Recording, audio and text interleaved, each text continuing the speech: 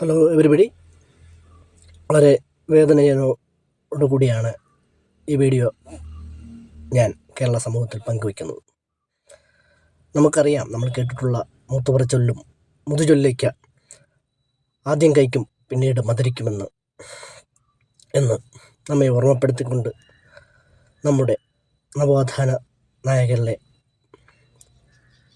പ്രമുഖനായ ശ്രീനാരായണ ഗുരുദേവൻ്റെ ഓർമ്മപ്പെടുത്തൽ വെടിപൊട്ടി മരിച്ചുകൊണ്ടിരിക്കുന്ന നമ്മളെ ഇപ്പോഴും ഓർമ്മിപ്പിക്കുകയാണ്. അദ്ദേഹം അന്ന് പറഞ്ഞു, കരിമരുന്നും കരിയും നമുക്ക് ആവശ്യമില്ല. നമ്മുടെ ഉത്സവപ്പറമ്പുകളിൽ ആനയും വെടിക്കെട്ടും എത്ര മാത്രം ഭീകര അന്തരീക്ഷം സൃഷ്ടിക്കുന്നുണ്ട് എന്നുള്ളത് ഇക്കാലം അത്രയും ചരിത്രം പരിശോധിച്ചാൽ നമുക്ക് കാണാൻ കഴിയും. അനുഭവങ്ങളിൽ നിന്ന് പാഠം ഉൾക്കൊള്ളാത്തൊരു ജനതയാണ് നമ്മളെന്ന് ഖേദപൂർവ്വം പറയേണ്ടി വരികയാണ്. ഉഗ്രമായ വിസ്ഫോടനത്തിൽ ശരീരം ചിന്നിച്ചിതറിയും പൊള്ളിയുരുകയും മരിക്കുകയെന്ന് വെച്ചാൽ മരണങ്ങളിലെ വെച്ച് ഏറ്റവും ഭയാനകമാണത്. ഇത്തരം മരണത്തിലേക്ക് ആളുകളെ അറിഞ്ഞുകൊണ്ട് തള്ളിവിടുന്ന ഏർപ്പാടാണ് വെടിമരുന്നിൻ്റെ ഉപയോഗവും നിർമ്മാണവും സംഭരണവും. മനുഷ്യജീവൻ അത്രയ്ക്ക് വിലയില്ലാത്തതല്ലെന്ന് പ്രത്യേകം പറയേണ്ടതില്ലല്ലോ.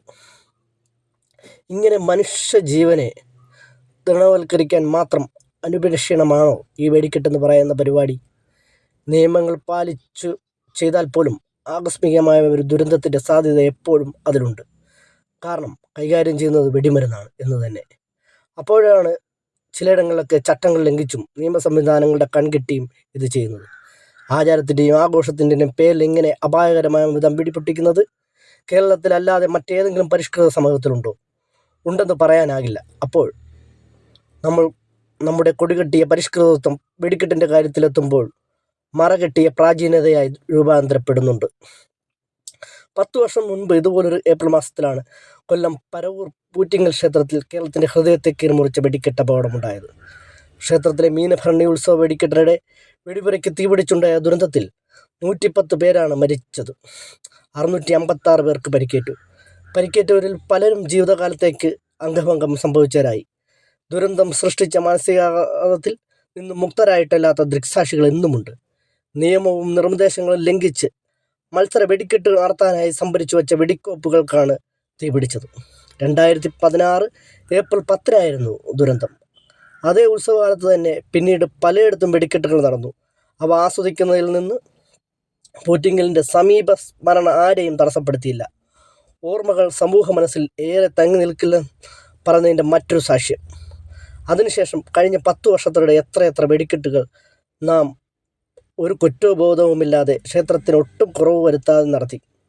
2024 ഫെബ്രുവരിയിൽ തൃപ്പൂണിത്തുറ ക്ഷേത്രത്തിൽ ഉത്സവത്തിന് വെച്ച പടക്കം സൂക്ഷിച്ച കെട്ടിടത്തിൽ ഉഗ്രസ്ഫോടനമുണ്ടായതും അതേ വർഷം ഒക്ടോബറിൽ കാസർഗോഡ് നീലേശ്വരം കളിയാട്ടത്തിനിടെ പടക്കശേഖരത്തിൽ തീപിടിച്ച് 6 പേർ മരിച്ചതൊന്നും നമ്മെ അലോസരപ്പെടുത്തുന്നില്ല. കൂടുതൽ വലിയ ദുരന്തങ്ങൾക്കായി നാം കാത്തിരിക്കുകയായിരുന്നു. എന്നിട്ടെന്ത്? നാം എന്തെങ്കിലും പഠിക്കുമോ? നന്നായില്ലെന്ന് നിശ്ചയിച്ചുറപ്പിച്ചവരാണ് നാം. മനുഷ്യരെ ഈ വിധം അതിദാരുണമായ മരണത്തിലേക്ക് എറിഞ്ഞു കൊടുക്കുന്നത് ഇനിയും എങ്ങനെ തുടരാനാകില്ല. വെടിക്കെട്ടും അതിനുവേണ്ടി സ്ഫോടന സാമഗ്രികളുടെ നിർമ്മാണം, സംഭരണം എന്നിവയും നമുക്കിനിയും വേണോ എന്ന് അതീവ ഗൗരവത്തോടെ ആലോചിക്കാൻ സമയമായി. നിയമവിധേയമായി നടക്കട്ടെ എന്ന നിലപാടാണ് ഇനിയും സാങ്കത്യമുണ്ടെന്ന് കരുതാനാകില്ല.